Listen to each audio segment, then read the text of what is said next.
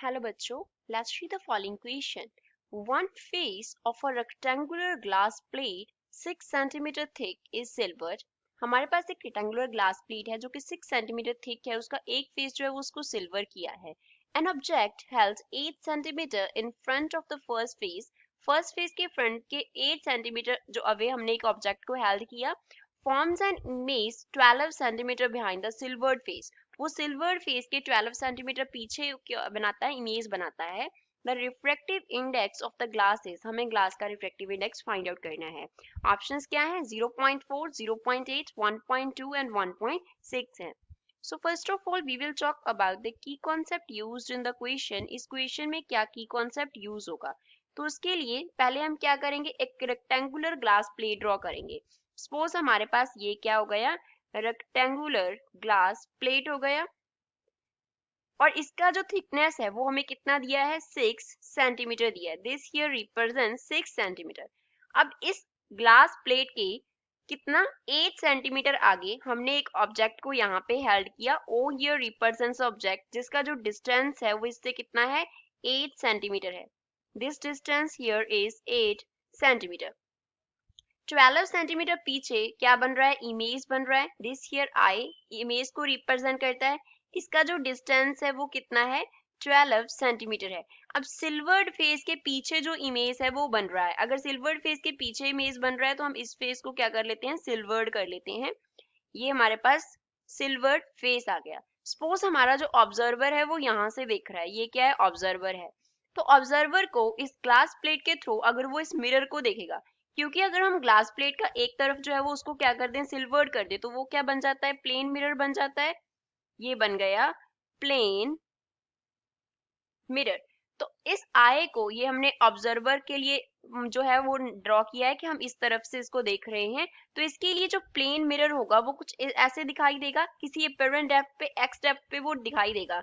अब आई को क्या लगेगा कि एक्चुअल में प्लेन मिरर कहाँ पे है, यहाँ पे है, इस जगह पे. ये क्या हो गया, अपीरेंट डेप्थ हो गया.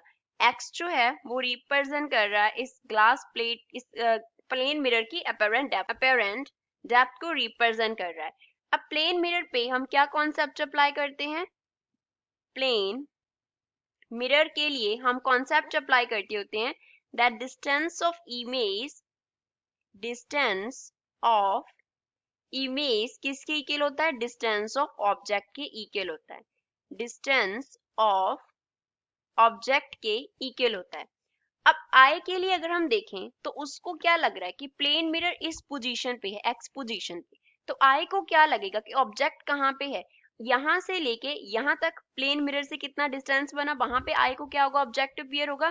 तो ऑब्जेक्ट का जो डिस्टेंस होगा वो x 8 प्लस एक्स होगा, दैट इज आई. इसको हम डिस्टेंस है तो d से रिप्रेजेंट कर लेते हैं. d ऑब्जेक्ट है तो o से do, डिस्टेंस ऑफ ऑब्जेक्ट जो है वो 8 प्लस एक्स लगेगा. अब उसके कितना पीछे इमेज बन रहा है, इमेज आई पॉइंट पे बन रहा है. तो इस प्लेन मिरर से आई पॉइंट का जो डिस्टेंस है वो कितना हो जाएगा, 12 में हम ये वाला फैक्टर जो है वो ऐड कर देंगे. ये कितना है, 6 में से x माइनस कर दें अगर हम, तो ये सेंटीमीटर में है d नॉट. ऐसे ही हमारे पास डी आई जो है डिस्टेंस ऑफ इमेज कितना बन जाएगा, 12 में हम ऐड कर देंगे 6 माइनस एक्स का फैक्टर. तो अब हम डिस्टेंस ऑफ ऑब्जेक्ट को डिस्टेंस ऑफ इमेज से इक्वेट करेंगे. डिस्टेंस ऑफ ऑब्जेक्ट को इक्वेट करना है डिस्टेंस ऑफ इमेज से. डिस्टेंस ऑफ ऑब्जेक्ट जो है वो कितना है, 8 प्लस यहाँ पे था x is equals to distance of image हमने निकाला 12 प्लस 6 माइनस एक्स. यहाँ से 8 प्लस x जो है वो किसके इक्वल आ गया, 12 प्लस 6 कितना होता है, 18.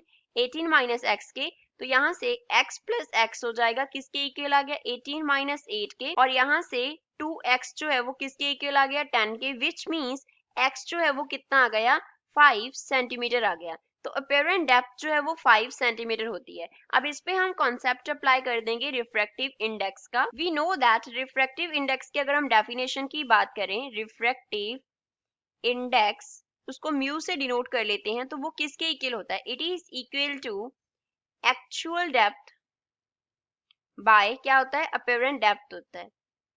Apparent depth, actual depth by apparent depth. अब एक्चुअल डेप्थ कितना था, ग्लास में से अगर हम मिरर का एक्चुअल डेप्थ देखें तो वो 6 था.